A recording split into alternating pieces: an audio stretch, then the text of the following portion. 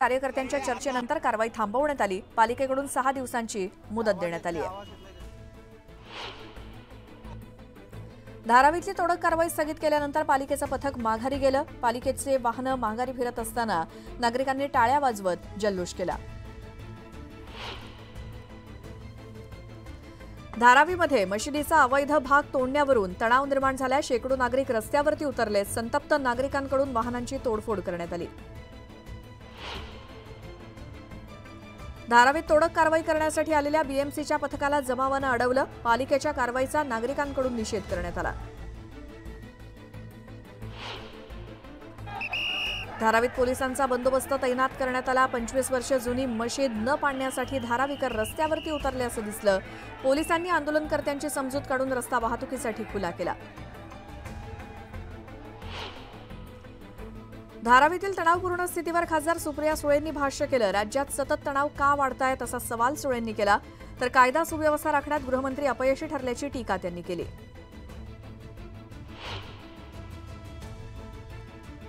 धारावीतील स्थितीवर गृहमंत्र्यांनी लक्ष घातलं पाहिजे असं मत खासदार संजय राऊत यांनी व्यक्त केलं। धारावीतले सर्वपक्षीय आयुक्तांना भेटलेत, यातून शांतपणे मार्ग काढावा लागेल असं राऊत म्हणाले। जाती जातीमधील तेढ वाढवली जातीय। भाजपचे आमदार हिंदू मुस्लिम तेढ निर्माण करण्याचा प्रयत्न करतायत असा आरोप किशोरी पेडणेकरांनी केला। नागरिकांना विश्वासात घेऊनच सगळ्या गोष्टी केल्या पाहिजेत असं पेडणेकरांनी म्हटलं। राज्यात दंगली घडवण्याचा प्रयत्न सुरू आहे। धारावीतील घटनेचा राजकीय संबंध आहे असा आरोप इम्तियाज जलील यांनी केला। या परिस्थितीला गृहमंत्री जबाबदार असल्याचं जलील यांनी म्हटलं।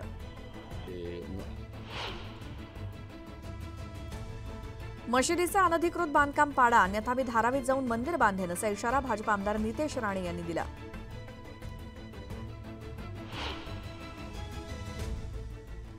राज्यात महाशक्ती आघाडीचाच मुख्यमंत्री बनेल असा दावा बच्चू कडूंनी केलाय। महाराष्ट्रात तिसरा मजबूत पर्याय देणार असं ते यावेळी म्हणाले।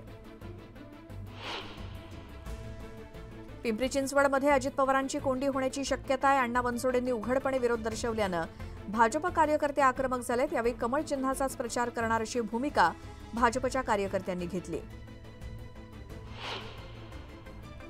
उपमुख्यमंत्री अजित पवार कोकण दौऱ्यावरती आहेत। रायगडमधील श्रीवर्धनमधून या दौऱ्याला सुरुवात होते। हरिहरेश्वर मंदिरात दर्शन घेऊन अजित पवारांनी दौऱ्याला सुरुवात केली। पुरंदरच्या हवेलीमध्ये महाविकास आघाडीमध्ये आगामी विधानसभेच्या जागेवर तेढ निर्माण होण्याची शक्यता आहे। माजी सनदी अधिकारी संभाजी झेंडे हे राष्ट्रवादी काँग्रेस शरदचंद्र पवार पक्षाकडून निवडणूक लढवण्यास इच्छुक आहेत। संभाजी झेंडेंचं पुरंदरच्या जनतेसाठी योगदान आहे, असं काय योगदान केलंय असा सवाल संजय जगतापांनी केलाय।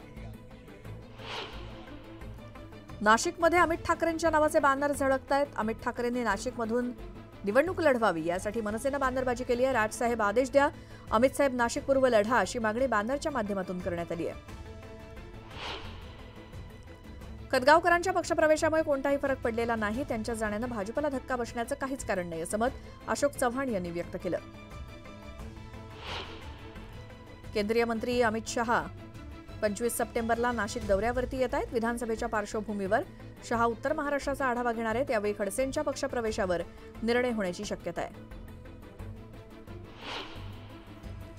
जळगाव जिल्ह्यात राष्ट्रवादीच्या बॅनरवर एकनाथ खडसेंचा फोटो झळकलाय। जिल्ह्यामध्ये शरद पवार गटाच्या शिवस्वराज्य यात्रेचं आयोजन करण्यात आलं। एकीकडे भाजप प्रवेशाची चर्चा असताना राष्ट्रवादीच्या बॅनरवरती फोटो झळकल्यानं खडसेंच्या मनात नेमकं काय चाललंय याविषयी चर्चा रंगली आहे।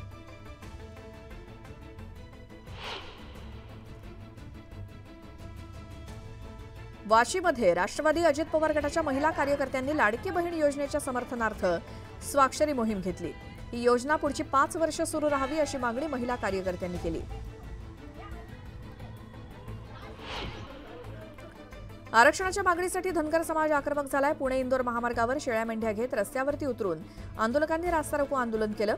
या आंदोलनामुळे महामार्गावरची वाहतूक पूर्णपणे ठप्प झाली।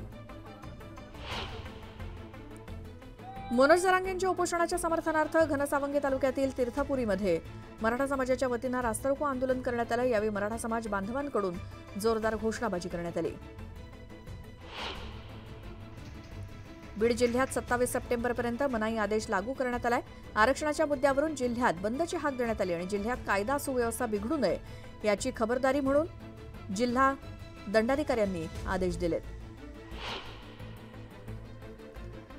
मनोज जरांगेंच्या समर्थनार्थ धाराशिवमध्ये बंदची हाक देण्यात आली. या पार्श्वभूमीवर मराठा बांधवांनी शाळांमध्ये जात शाळा बंद ठेवण्याचं आवाहन केलं आणि आवाहनाला प्रतिसाद देत शहरातील शाळा बंद ठेवण्यात आल्या.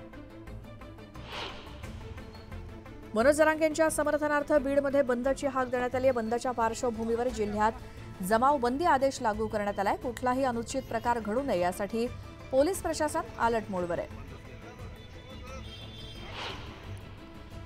जरांगे पाटलांच्या समर्थनार्थ बीडमध्ये बंदची हाक देण्यात आली. दरम्यान जिल्ह्यात कुठलाही अनुचित प्रकार घडू नये यासाठी 500 पेक्षा अधिक मराठा समन्वयकांना पोलिसांनी नोटीस बजावली आहे.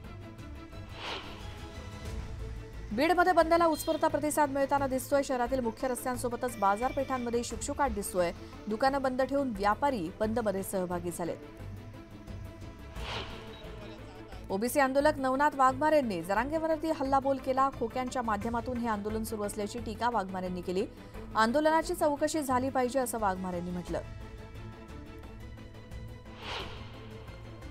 मनोज जरांगेंना डोक्याचा भाग नाही अशी टीका ओबीसी नेते लक्ष्मण हाकेंनी केली. एकनाथ शिंदेंचं ऐकून आंदोलन करतो का असा देखील सवाल लक्ष्मण हाकेंनी विचारला. मुंबईच्या जुहू चौपाटीवरती स्वच्छता मोहीम राबवण्यात आली. स्वच्छता मोहिमेत मुख्यमंत्री एकनाथ शिंदेंनी सहभाग घेतला. आरोग्यमंत्री तानाजी सावंत यांचे पुतणे धनंजय सावंत यांच्या घरासमोर गोळीबार करण्यात आला होता. या घटनेच्या तपासासाठी 4 पथकं नेमण्यात आली. तपासासाठी भूमच्या डीवायएसपींची नियुक्ती करण्यात आली आहे. नवरात्र काळात सप्तशृंगी देवीचं मंदिर 24 तास खुलं असणार आहे. 3 ते 12 ऑक्टोबर या कालावधीत नवरात्रोत्सवानिमित्तानं मंदिर प्रशासनानं हा निर्णय घेतलाय. तसंच सप्तशृंगी गडापर्यंत खासगी वाहतूक बंद ठेवली जाणार आहे. विविध मागण्यांसाठी राज्यातील अंगणवाडी कर्मचारी आक्रमक झाले. सरकारनं दिलेली आश्वासनं अंमलात न आणल्यामुळे कृती समिती आणि अंगणवाडी प्रतिनिधींनी जेलभरो आंदोलनाचा इशारा दिला. या कर्मचाऱ्यांकडून 23 सप्टेंबरपासून आझाद मैदानावर बेमुदत उपोषण केलं जाणार आहे. अभिनेता आमिर खान अकोला दौऱ्यावरती आहे. यावेळी आमिरनं अकोल्यातील डॉ. पंजाबराव देशमुख कृषी विद्यापीठाची पाहणी केली. आमिर सोबत फोटो काढण्यासाठी विद्यापीठातील कर्मचाऱ्यांची गर्दी झाली होती. काही दिवसांपासून पालेभाज्यांचे दर गगनाला भिडलेत. कोपरगावच्या बाजार समितीत कोथिंबिरीला प्रति क्विंटल 2100 रुपयांचा दर मिळालाय. कोथिंबिरीचे दर वाढल्यानं सर्वसामान्यांच्या खिशाला मात्र कात्री बसणार आहे. बुलढाण्यातील गोमाल गावात आदिवासी वास्तव्यास आहेत. मात्र त्यांच्या मुलांच्या शिक्षणाचा प्रश्न ऐरणीवर आलाय. जवळपास 40 विद्यार्थ्यांना पत्र्याच्या तोडक्या मोडक्या खोलीत शिक्षण घ्यावं लागतंय.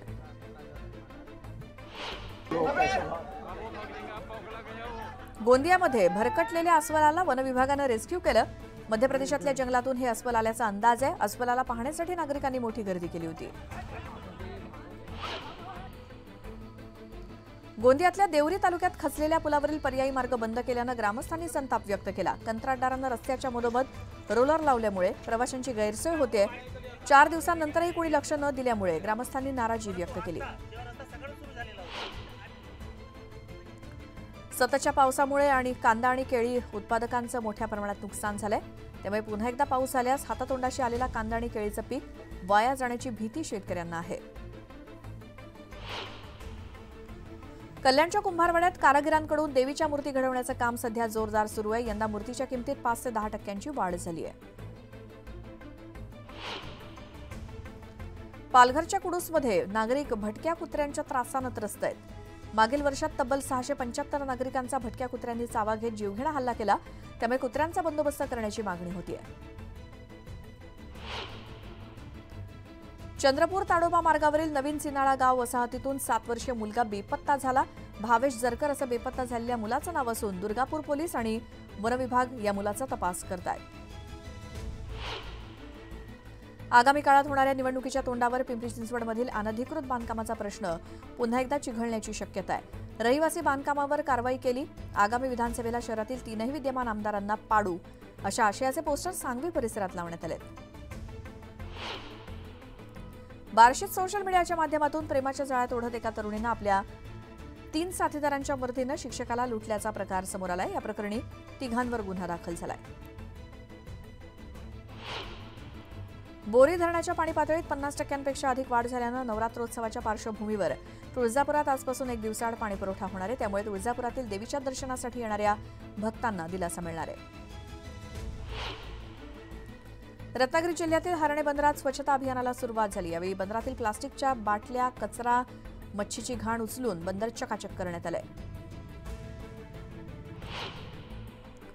बारामतीतल्या सांगवीमध्ये महावितरणचा भोंगळ कारभार समोर आला. सांगवीतील वायरमन स्वतःऐवजी गावातल्या इतर व्यक्तींकडून काम करून घेत असल्याचं समोर आलं. या कर्मचाऱ्यावर कारवाईची मागणी केली जाते.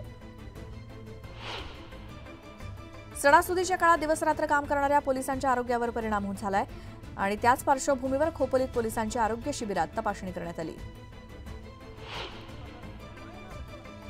शिराळा तालुक्यातील अंत्रीमध्ये नाल्यात मगर आढळली, त्यामुळे खळबळ माजली. ग्रामस्थांकडून वन अधिकाऱ्यांना बोलावण्यात आलं. 1 ते 1.5 तासांच्या बचाव कार्यानंतर मगरीला नाल्यातून बाहेर काढण्यात आलं. मनसे नेते प्रकाश महाजन नांदगाव तहसील कार्यालयात उपोषणाला बसलेत. तहसील कार्यालयातील अधिकारी मनमानी पद्धतीने पीक पाहणी आणि पंचनामे करत असल्याचा आरोप त्यांनी केला. या प्रकरणाची चौकशी करण्याची मागणी महाजन यांनी केली आहे. गडचिरोलीच्या आरबोरीमध्ये वीज पडून एका महिलेचा मृत्यू झाला तर 11 महिला जखमी झाल्यात. शेतात काम करत असताना ही दुर्घटना घडली. जखमी महिलांना जिल्हा सामान्य रुग्णालयात दाखल करण्यात आलंय. कोपर गावातील दुय्यम कारागृहात कैद्यांमध्ये आपापसात राडा झाला. हा राडा सोडवण्यासाठी गेलेल्या पोलिसाला देखील कैद्यांनी लाथाबुक्क्यांनी मारहाण करत जीवे मारण्याची धमकी दिली. या प्रकरणी गुन्हा दाखल करण्यात आलाय. नागपूरच्या पारडी पोलीस स्टेशन हद्दीतील एका 8 वर्षीय चिमुकलीवरती अत्याचार करण्यात आले. अत्याचार करणाऱ्या 56 वर्षीय नराधमाला पोलिसांनी अटक केली.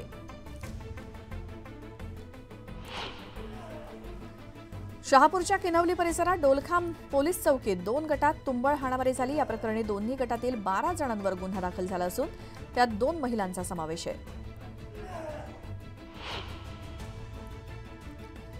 बिहारच्या दानापूरमध्ये मुसळधार पावसानं हजेरी लावली. त्यामुळे दानापुरात पूर परिस्थिती निर्माण झाली असून अनेक गावांना पुराच्या पाण्यानं विळखा घातलाय.